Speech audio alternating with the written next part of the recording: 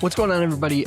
Before we get into today's episode of The Debrief, I just wanted to let you know about some of the content we have coming up in the next 2 weeks. First, today, Jackie and I got together to talk about some recent news across upstate New York, as well as our columns that we've been writing. Her Doing the Right Thing, which runs in the Finger Lakes Times every other Tuesday, and my In Focus over on Substack and also on the Finger Lakes Times on occasion, has been really focusing on process and acknowledging the reality around us. We need more of that in local government. And as you'll see from our conversation, there's not enough of it right now. And communities are paying the price for it. Second, we've got new content coming next week. It starts with an interview with Edward Erfurt from Strong Towns. If you haven't heard about them, Strong Towns is doing some really important work for communities by providing the framework to solve the problems we see across upstate New York. That means fixing restrictive zoning, simplifying it, housing shortages, how to fix that, and much, much more. So keep an eye out for that conversation. And lastly, we also had the launch of Jackie's 2-minute drill, which will be answering your questions about how local government works. So stay tuned for all of that. And as always, if you have questions, the email address is debrief@fingerlakes1.com. Now, let's get to that podcast. Here we are. It is Friday. It is a very special Friday. It sure is. Tell us what it is. Today is Henry Rollins' birthday. I have my Henry Rollins for President shirt on because there is, well, we're going to be talking about local government. I think local government is probably the most punk level of government that there is. But yeah, Henry Rollins' birthday today, 2/13/61. That is his brand, and I am a follower, an unabashed Henry Rollins follower. Of all the things that you could potentially be a follower of in 2026, that feels like one of the better options. Thank you. Right? I agree. So we got a lot to talk about today. We have a lot to get to. We've both been busy writing a whole bunch of columns over the last month and a half since we last got together. And I think it would be fitting that we start with your column that dropped shortly after the new year Yes, about kind of resolutions for the council. hopes and dreams for 2026. And it was centered around the idea of maybe hoping for a little more. So walk us through what you were thinking when you were writing that. Well, I know it. I feel like I wasn't asking for a lot. I was hoping that council would. I think the title was about staying in bounds, and the idea was we've got this new group coming in. It'd be really great if they learned the role, understood what they can and can't do under municipal law, and tried to look for solutions that stay within those bounds. I am sad to report that, like many New Year's resolutions, it lasted a couple of days and then needs some attention, some additional attention. I hope it will not be cast aside. I think it remains a good resolution to have. But yeah, the first meeting of this new council included a pretty controversial proposal to sell off 22 acres of land behind the North Street Elementary School, which is known as the Loomis Woods property, which a lot of local people and the school itself use as kind of like an urban park, a little oasis of natural surroundings. And, so there's some old growth forest and a lot of paths. And the city's been talking about this for a bit. They received an unsolicited proposal for $1 million to put it onto the tax rolls in some way. There was discussion about housing, but there was no formal proposal for it. And unfortunately, I flagged early on to the people who were talking about this that there is a very long and complicated process for municipal parkland alienation under the law. And they proceeded to ignore that and talk about it anyway as though it were a viable approach or something that they could do. And thankfully, at the February meeting, they conceded that actually the law is far more complicated and complex than they initially thought.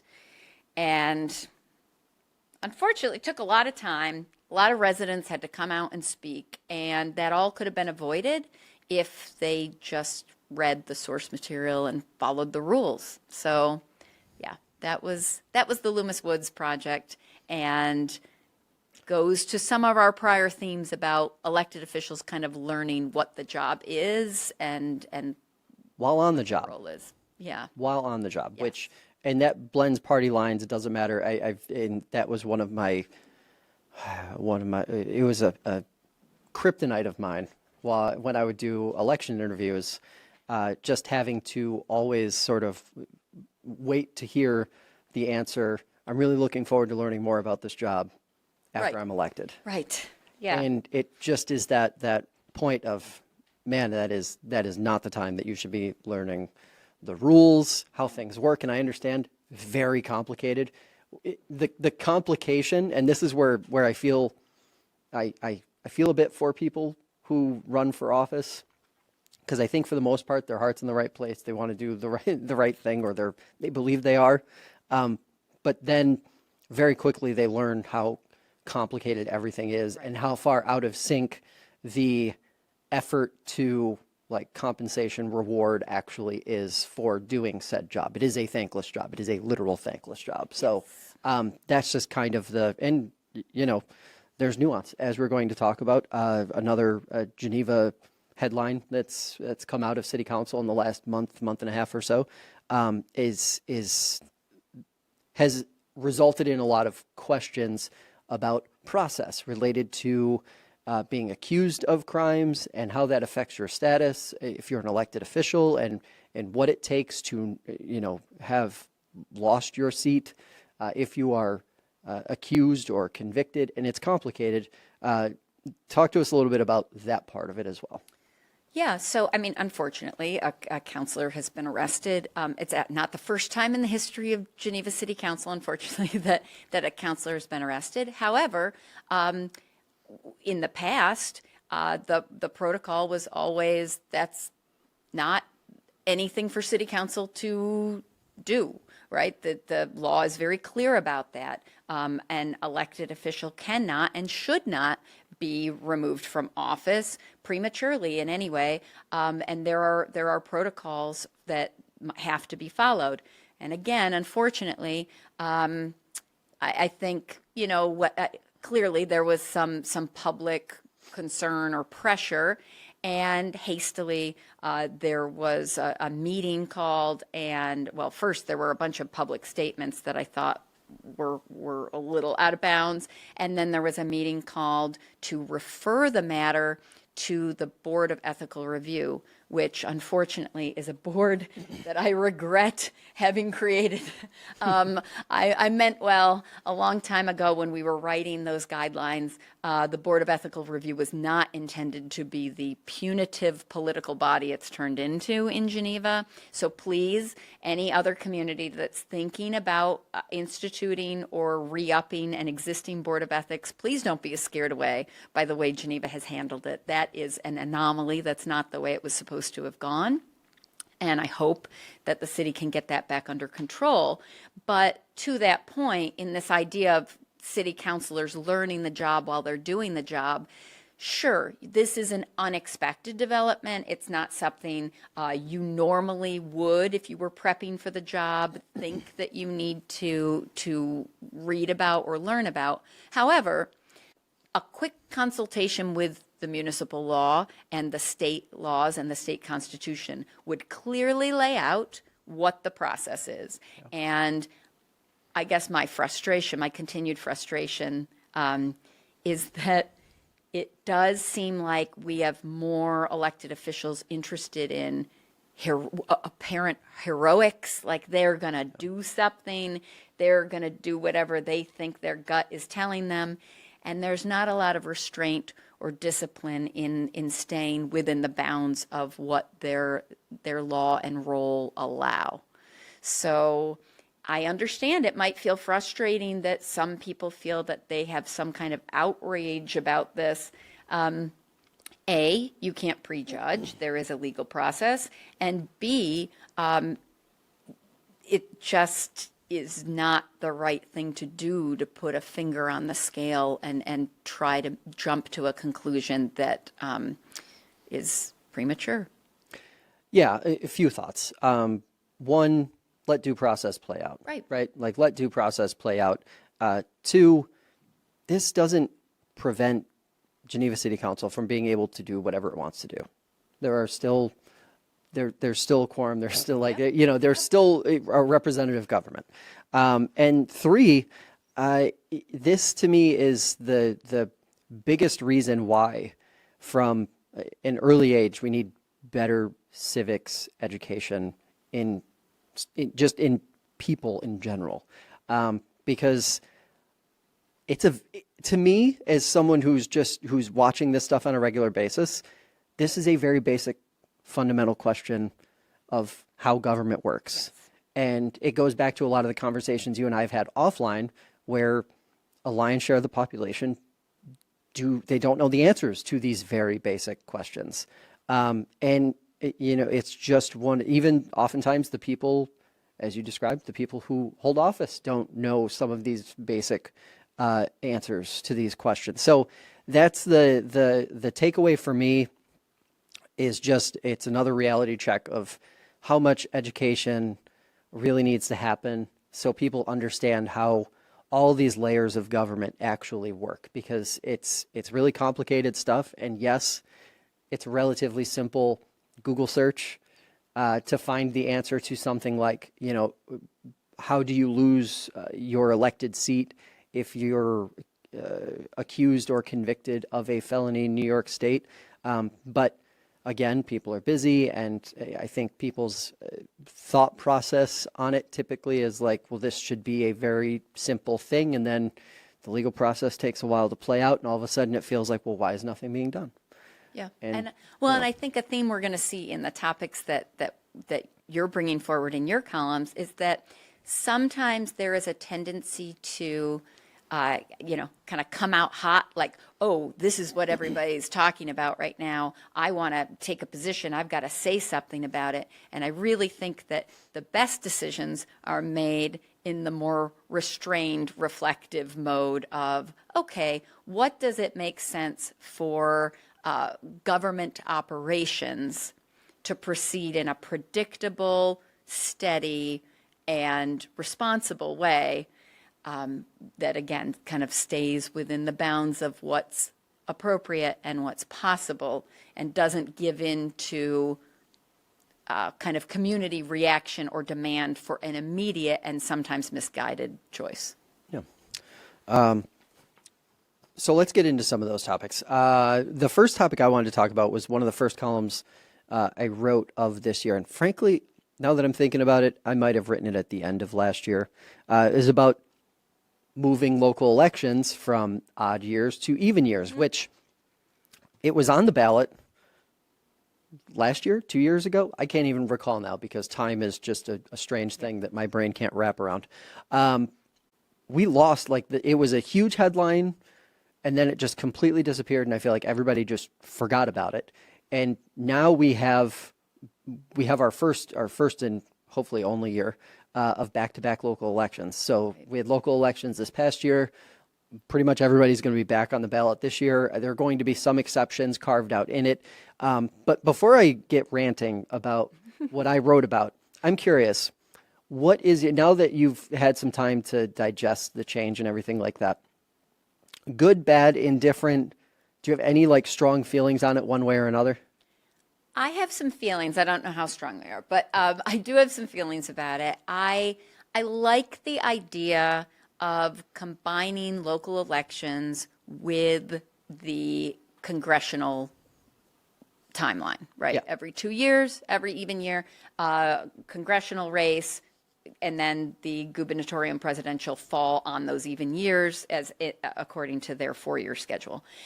I like it because, for a very boring reason, elections are expensive to run. Mm-hmm. And to me, to constantly, yearly run an election, and that money, I think, is better spent on other things. I think having it in people's head that this is going to be election day and I have several down ballot races, I think is better for participation, better for voter education, hopefully results in candidates having more scrutiny and vetting before they get to the ballot, because there will be that consolidated attention. Nobody kind of slips in on an off year. And I think that that is an improvement. I'm not sure we see it the same way, but those are my thoughts. Well, and that's sort of the thing. When I was writing it, well, let me put it this way. I think where we are now is, and when I'm looking at the problem, I hear and see a lot of people talking about local elections like the system we had before, odd years, worked. Like it was good. It was effective. That's what I see a lot of. And I just don't think that's an honest assessment of where we were. Now, I don't know what that, now, do I feel like national topics could get sort of merged into local elections if all of the races are held at the same time? Do I feel like there could be some congestion or just sort of like overloading the electorate? Yeah, maybe. But, you know, I made some notes because it was like, you know, I was thinking back to our election night coverage back in the 20-teens. You know, remember the races that were won, you know, 39, 34? Yes. The elections that, you know, you've got 6, 7, 8,000 people living in a community and maybe like 50 or 60 show up and turn out and decide who's going to represent the entire community. And like, that isn't healthy democracy, right? Like that's not healthy local government. That's not, so, you know, my bottom line takeaway when I was writing that column was really the argument that the idea that if we just rearrange the system and move the puzzle pieces around, that everything's just magically going to be better and local government's going to be more engaging and more people are going to, like, I don't think that that's going to be the outcome. I think it'll be more cost effective to do it this way. I think it'll make a lot more sense to do it this way because everything will just be happening at once. But do I think there's going to be a significant increase in turnout or engagement? I don't think so. Like, I don't see, because you're not fundamentally changing the way, like, everything in democracy is still the same, right? Like how everything works. The nature of the of the activity, right? And one of the pieces of feedback that I did get that I wanted to, and was part of the reason why I wrote it, was people think this is like exclusively a rural community problem. And I used an example of a suburb in Rochester, a fire district had a capital improvement vote. 19,000 people were eligible to vote in this vote, and less than 500 voted. For a significant expenditure. $22 million. Right. So that's the kind of thing that, like, this is not and it was funny, actually, a couple of the people who emailed me after I wrote that column were from out of state, and they were like, I've seen this here too. Yeah. And it's one of those things where, like, we have to think outside the box. We have to genuinely think outside the box if we're going to change the way, like, people engage with politics. And honestly, I am far less concerned with how many people turn out.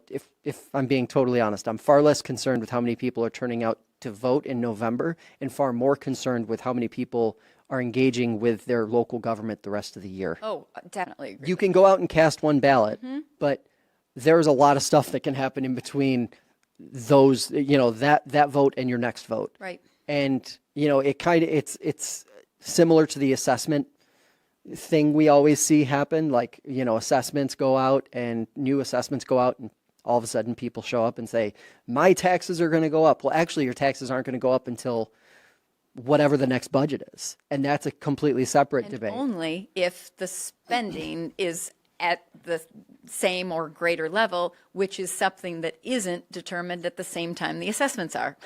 Exactly. And so that's where I am with it. And it was interesting because as I've been writing these columns, it's so thematic. You get the same kinds of feedback over and over again. You get the same kind of like issues repropagating over and over again. which is, I guess this would be a really good time to just segue right into the next column that I wanted to talk to you about. It was called What Happens When a Policy Doesn't Make Sense. And this was the one that, since I started doing the In Focus Substack, most feedback I've ever gotten on a column at all. And it sort of tapped into something that I had a really hard time back when I was a reporter.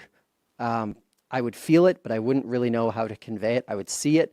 I wouldn't really know. You're sitting in a boardroom, you're watching a meeting happen, and there's a presentation, and it's a consultant, and all the electeds in the room are soaking in the information, or I hope they're soaking up all the information. You get all the buzzwords. It might be a really good idea, and it's probably the first time the public is hearing about it, and immediate reaction from the public is, I don't want that. I don't like that. That's a bad idea. And it went back to this whole idea of like the reaction to that from electeds, right, left, didn't matter who, has always been, in my experience, well, they just don't understand. And usually that would result in the elected officials just bulldozing forward. And it would create a lot of distrust. It would create a lot of animosity. It would, you get a couple dozen people showing up to the next meeting, speaking during public comment who, previously hadn't gone to any meetings. And it just got me thinking about in exploring the idea that when it comes down to policy, there has to be something more that happens than just the wonky policy explanation that the policymakers get from the consultants and an immediate sort of like no explanation to the public that matches the life they're living and the life they're seeing out in the community. I think of a lot of like zoning debates. Right. A zoning change will be proposed or we're going to talk later about housing developments. Someone will propose a change of some kind to a community, and the reaction will very quickly be, whoa, why are we doing this? This doesn't match the thing that I'm experiencing every day. In Canandaigua, use Canandaigua as an example, or Farmington probably is the better example. Lots of very expensive houses popping up, or I guess what would now be considered market rate houses, popping up. And a lot of people who've owned their home for 10, 15, 20, 30 years saying, that's ridiculous. We shouldn't have that. Nobody can afford those. And yet people buy those homes and move into them. And so there's a gap between people's lived experience and the policies as initially described. And what is really bad, and I just think it should just stop across the board, is that initial reaction by the electeds or the policymakers to say, well, if you just understood what we understand, you'd think this is a good policy too. Do a little more, do a little better, whether that means explaining it differently, whether that means going back to the policy, and maybe the policy does actually need a little bit of work. Right. One of the things that happens a lot of times in these wonky policy discussions, especially now with how tribal politics is, you have a lot of like-minded folks at the table creating policy, and the other side automatically feels alienated before the one word out of the proposal is even read. So including more voices or whatever that looks like, or maybe just using different modeling to show people that it's different, not just tell them, like, if you were as smart as me, because no one wants to be lectured, and that's ultimately what a lot of that boils down to or feels like. And I have to say it was one of the more rewarding columns to write, because it felt like I had finally unlocked something that had been bouncing around my brain like a ping pong ball for 8 years.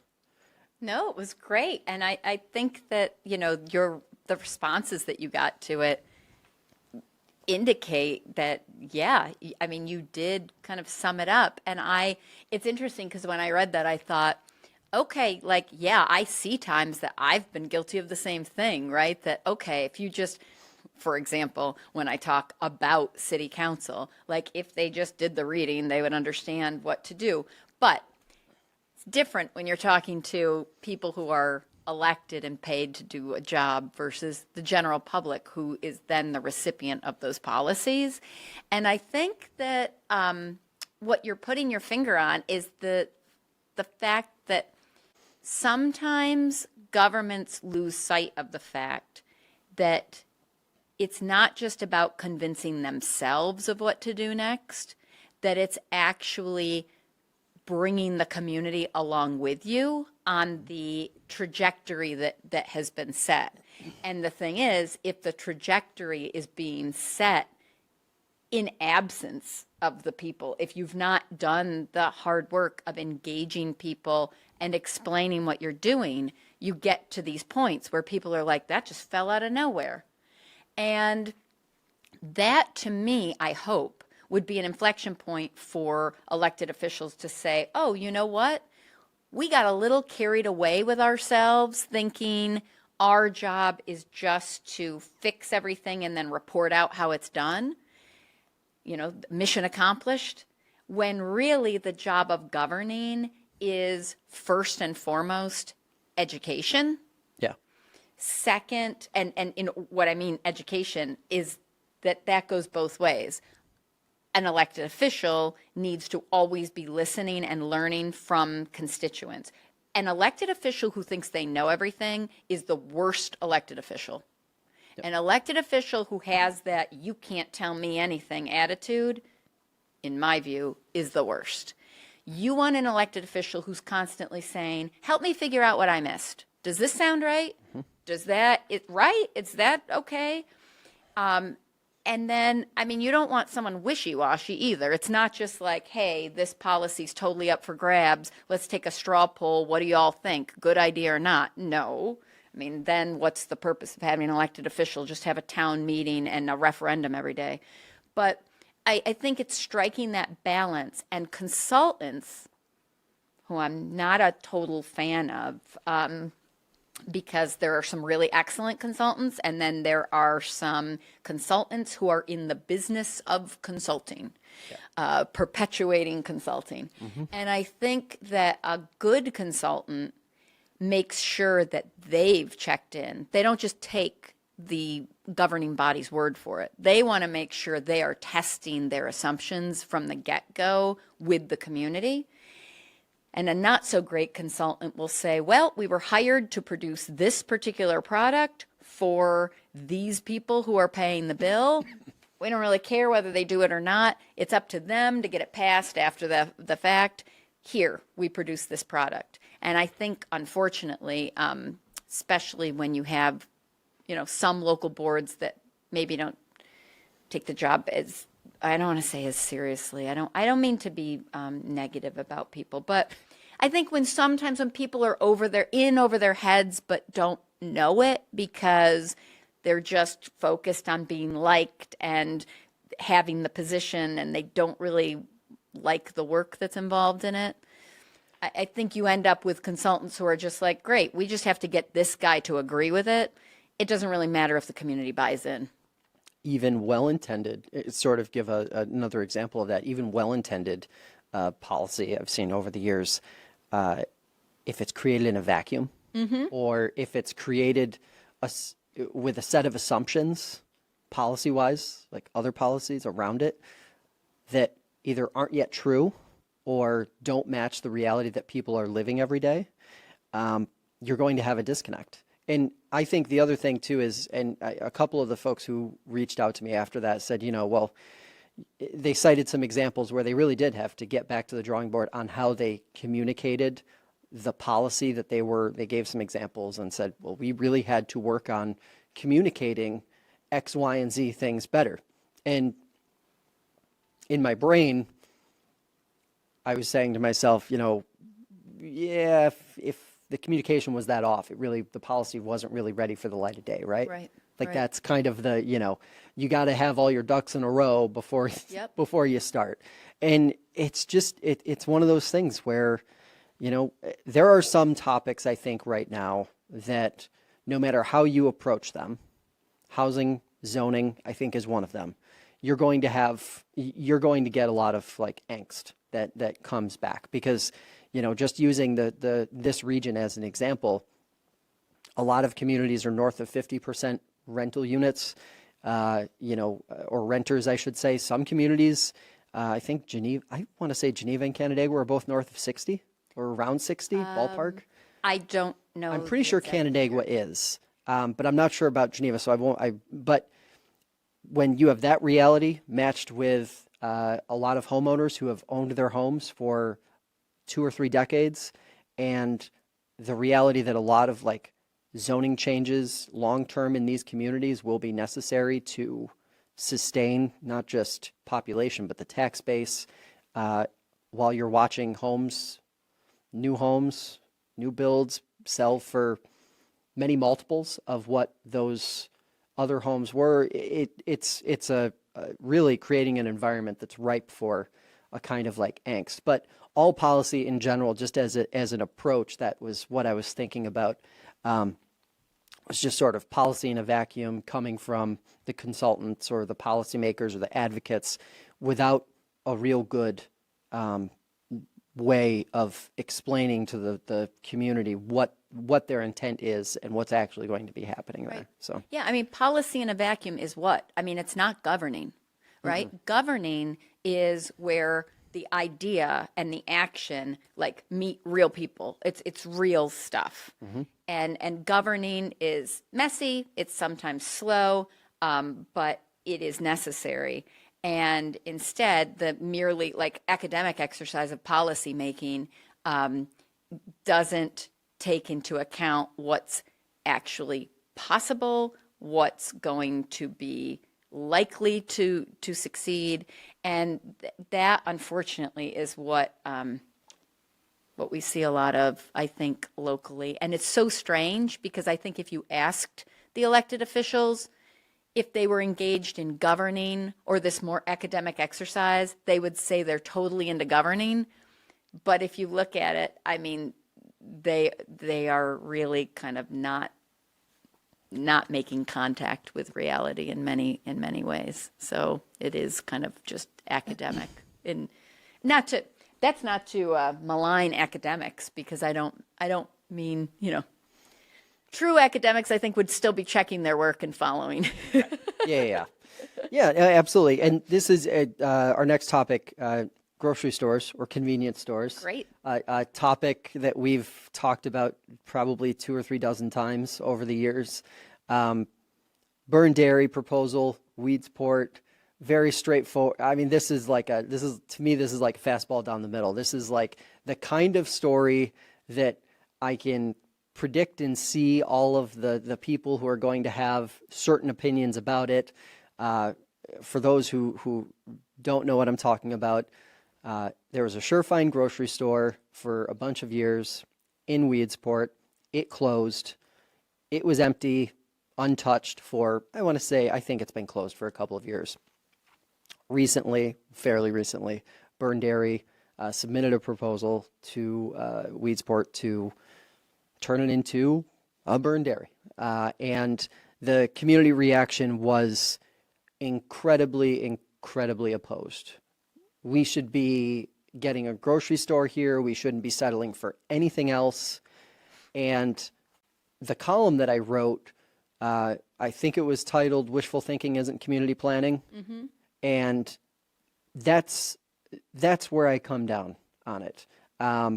Grocery store didn't work there. Like the grocery store didn't work. Are there other models of grocery stores that could work? Potentially. There are some alternative ideas out there in the community. I'm not well versed enough in any of those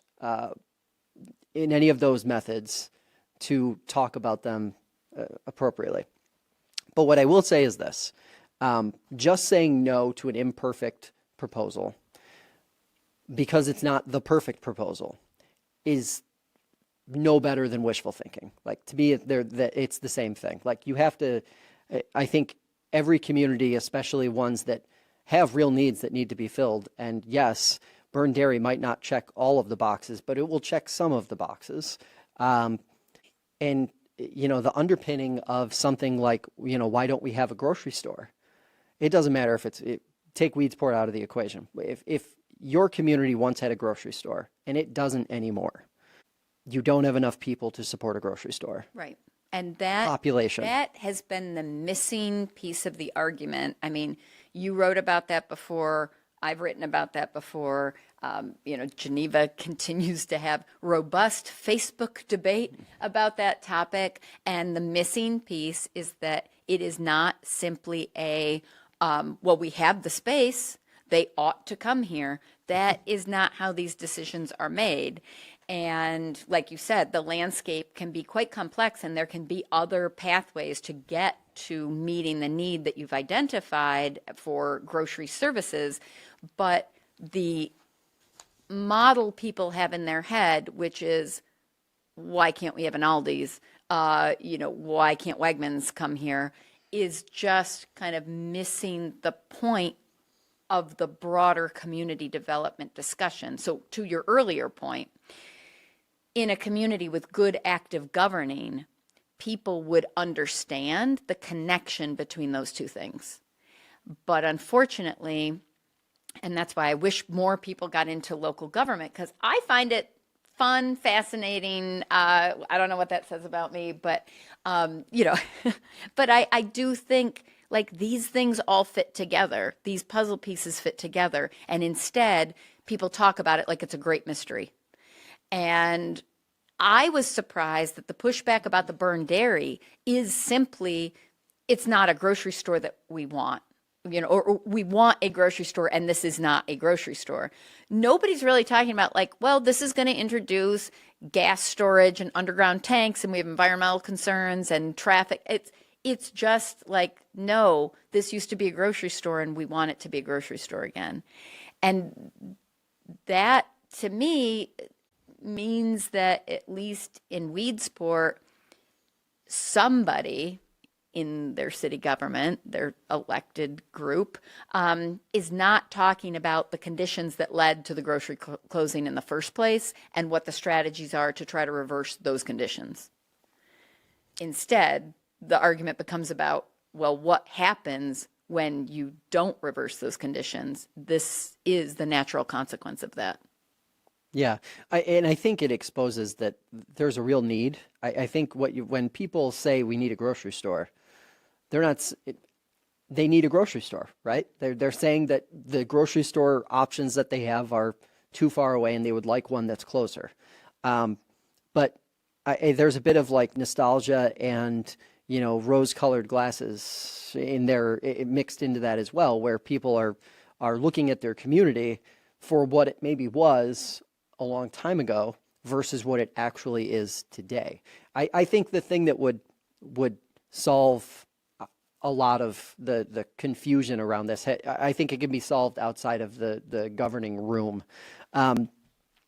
If you live in a small town, go to whatever you consider to be the busiest gas station, convenience store, whether it's a Fast Track, a Speedway, Burned Dairy, whatever it is. Go there and sit in the parking lot in your car for 30 minutes and count the number of cars that pull in or the number of people you see walk through the door. It's probably a number in we'll say between 10 and maybe 30. And 30 is probably on the high side. In most communities, I'm talking about places like Weedsport, I'm talking about rural communities. If that traffic was tomorrow diverted to a local grocery store, they wouldn't be able to sustain themselves. Right. That's not enough. Yeah. And they won't get all of it. They'll only get part of it. And that's the where I think you can just very quickly dispel this idea. It's not economically feasible to have grocery stores in every community like we once did for a host of reasons, most notably all the Amazon trucks that are driving around. Right. I was just about to say, when we were talking about the moving of local elections, and one of the concerns is that people are like, well, national issues might start infecting our local politics. Yeah, here's an example where national issues affect our local politics, because the way in which business decisions are made and the ownership structure of businesses that provide critical services are not the same that they were when people had their neighborhood grocery stores, right? Now we're talking about corporate conglomerates who are making decisions based on metrics that small communities cannot compete with. We cannot register on these larger platforms' radar screens.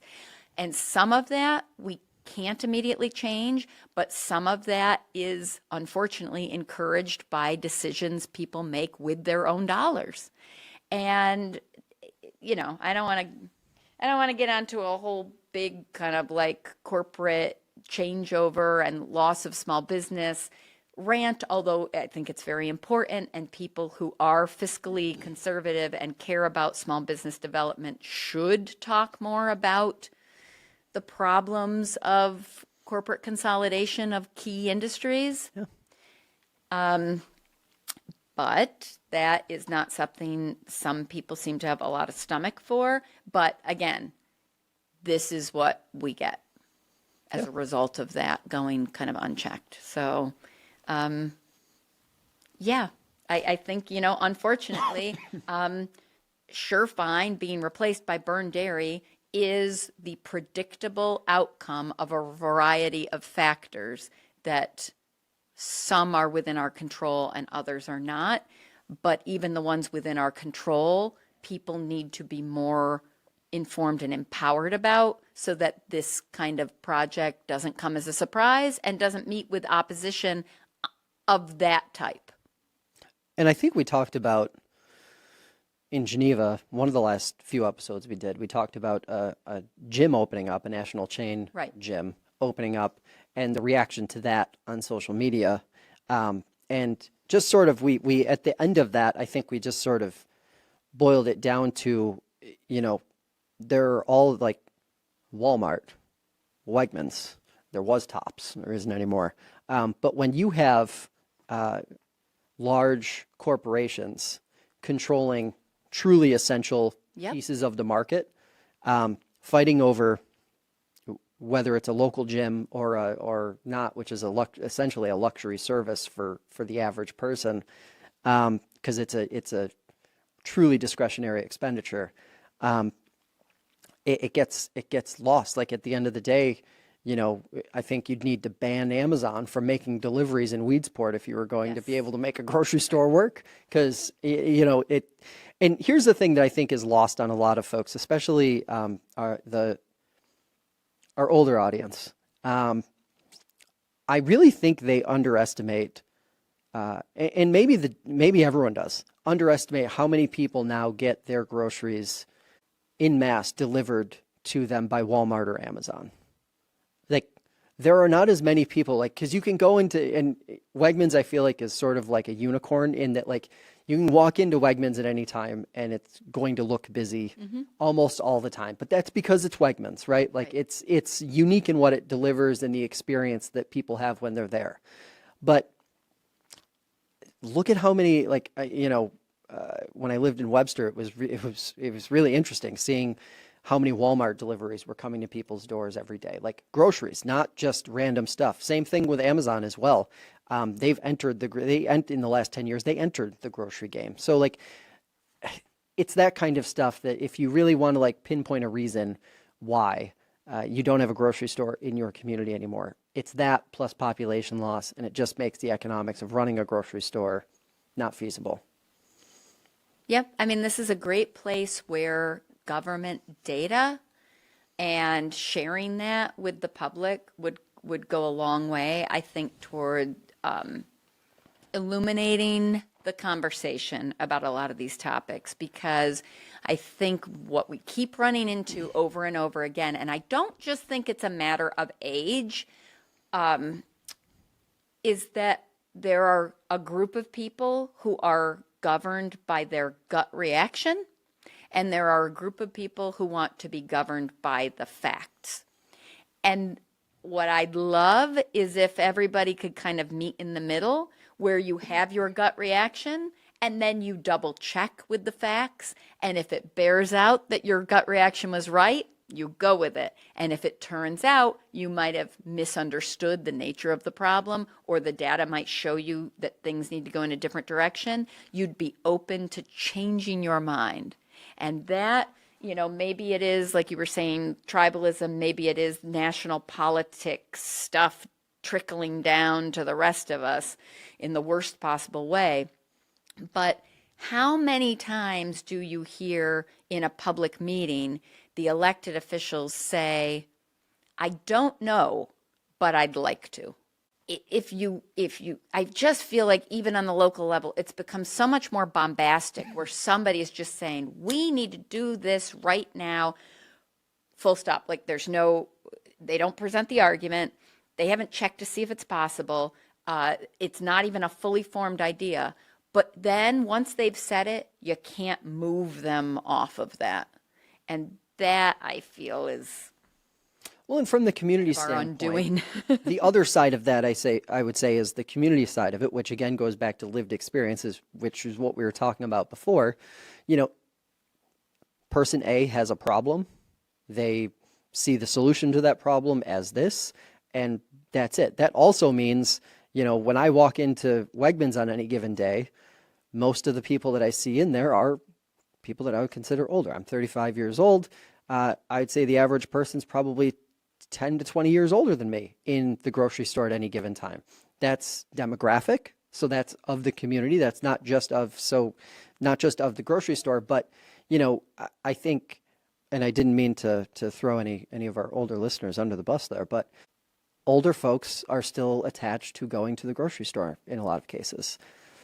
Younger folks, not so much. They've grown, like if you're 25 years old, like you've only lived in the Amazon world, right? So like you've pretty much certainly since you're an adult, but even as like your childhood memories are attached to like Amazon deliveries as opposed to going to the grocery store to physically get dinner or get the stuff for dinner and coming back. So it's just one of those things where I think like more context is always needed.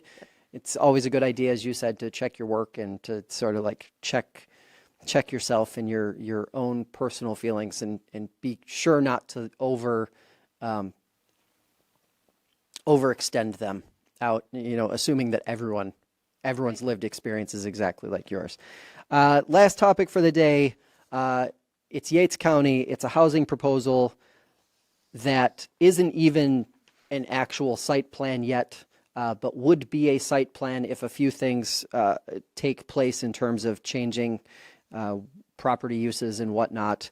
But the opposition to it, which has been super robust, or at least it seemed super robust on social media and some of the letters to the editor that I was reading, which prompted me to write a response column addressing some of them.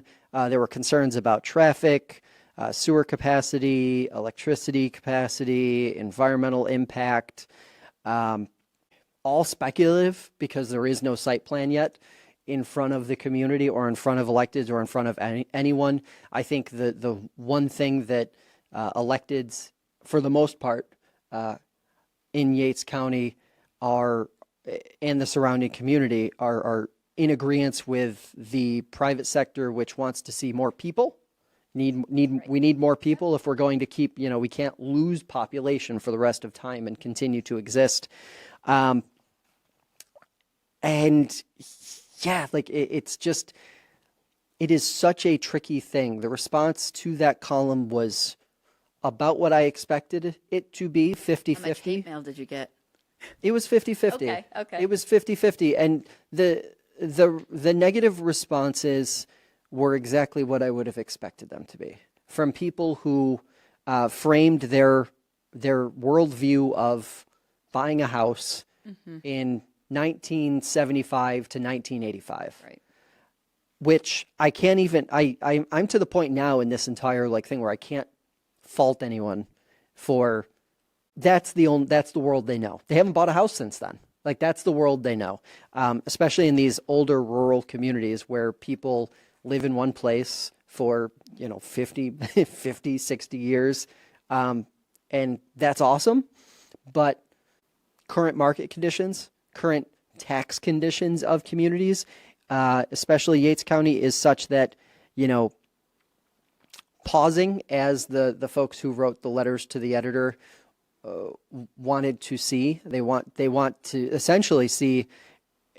I'd compare it to the solar moratoriums that we've seen crop up. A pause to get more information. Like there's more information that needs to be obtained. Infrastructure is pretty expensive to maintain, especially when there's fewer people to pay for it. So you can either grow and accept the fact that you're going to have some new neighbors, and maybe it takes 12 seconds longer for you to get down your most populated road than it did before, and your costs over time can at least be stabilized by that.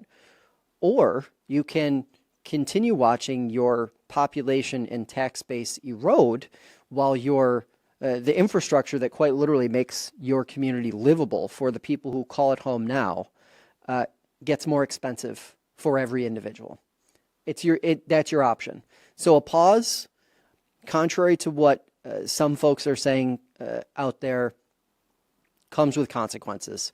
It is not a consequence-free thing to do. You pause, you put a 6 or 12-month pause on, like I've seen, not that you could put a specific number on it to pause like new development like that. But if you just kick the can down the road another 6 months or another year, the problem's just going to keep getting larger. It's not going to get smaller. Right. And I mean, getting back to the question of consultants, and now I want to tread lightly because I don't know, who's doing what work where, but it sounds to me like Yates County either does not have a robust housing study and proposal and, dare I say, comprehensive plan, or it does have those things, but to your earlier point, has not closed the loop on getting the community on board with what that says and what the expectations are. I think by contrast, now let's give Seneca County a shout out, because we rarely do in a positive light, but that's not our fault. but I think Seneca County, I was just reading through their housing plan, and again, like, it makes so much sense that, like, here is what needs to happen if these are the outcomes you want. And doing nothing is also a choice. And doing nothing has the following consequences. And it's no surprise to me to learn that the housing study in Seneca County was done by the same firm that did the comp plan in Geneva, because Geneva's comp plan, which again, I wish the incoming counselors were familiar with, other than just knowing we have one, would, in name only, would be to see Geneva is living in many ways, the consequences of failing to implement those decision points. And we've gotten exactly what they predicted. And I think framing it in that way, in Yates County, if this is the outcome you want, here's the path there. If this is the outcome you want, keep doing what you're doing. Here are the consequences.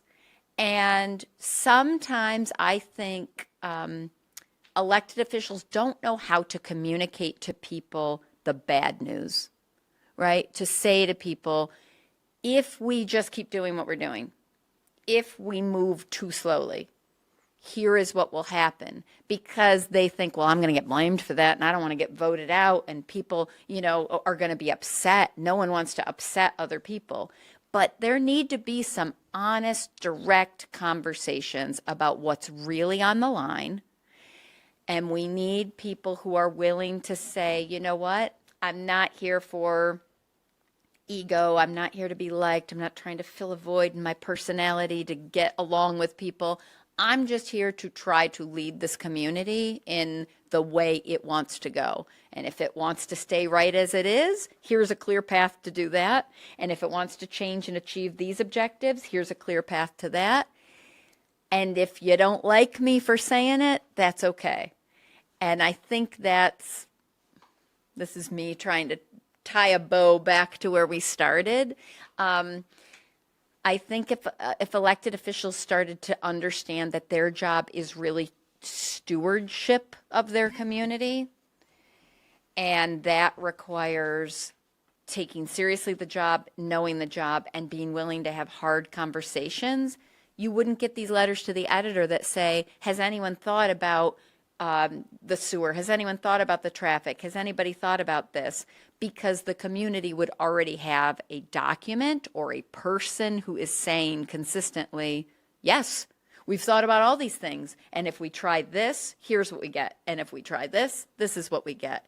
Now, which do you want to be your future? Because these are going to be the consequences of each of these in terms of your taxes, your potential businesses that do or don't locate there, your community resources, your access to recreation, your ability to sustain fire, police, ambulance service, like all of the range of things that are so interconnected in those puzzle pieces that we were talking about.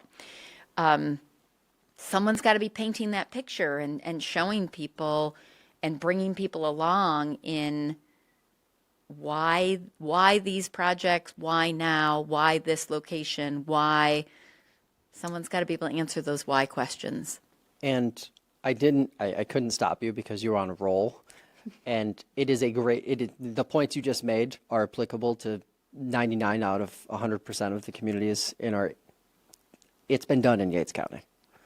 It's been done in Yates County. So again, this is one of those situations where feelings about something are ruling the day, not facts. And maybe some AI. Can I just get a little plug in for the fact that we are seeing so much AI generated civic discourse, and it's messing stuff up? Because let me tell you what AI does not know how to do: govern. Half the time we get these really flashy looking printed graphics and stuff, and it's like, that actually does not track with New York state law, town or city or village law. Might sound nice, but it creates these expectations that cannot. I mean, if you Google, how do I get a grocery store? AI is going to tell you the phone number for Aldi's. That's not how things work. Yeah, and it is being more widely used by the day in all areas of life, not just civic life, but just life in general. And it's unfortunate. My advice for everybody when it comes to AI, I would just stop arguing with people on social media, because I don't scroll Facebook very often, but when I do, it's like close to a 50-50 split, if not more than that, of just like robot interactions where one party often is not a robot, but they're arguing with someone who is either bot, fake account kind of thing, or just outright taking whatever the person says, copying and pasting it into one of the plethora of AIs that are out there, getting a response and copying and pasting it back in. Yeah. And it's getting even worse now because AI is integrated into all of the social medias. Ugh, it's awful. So, here's what I think people should do with AI. If you really want to use AI that badly, use it the same way you would use a Google search to ask a question and then click on some things and go to like some links and do some actual reading along the way. I would hope people do that.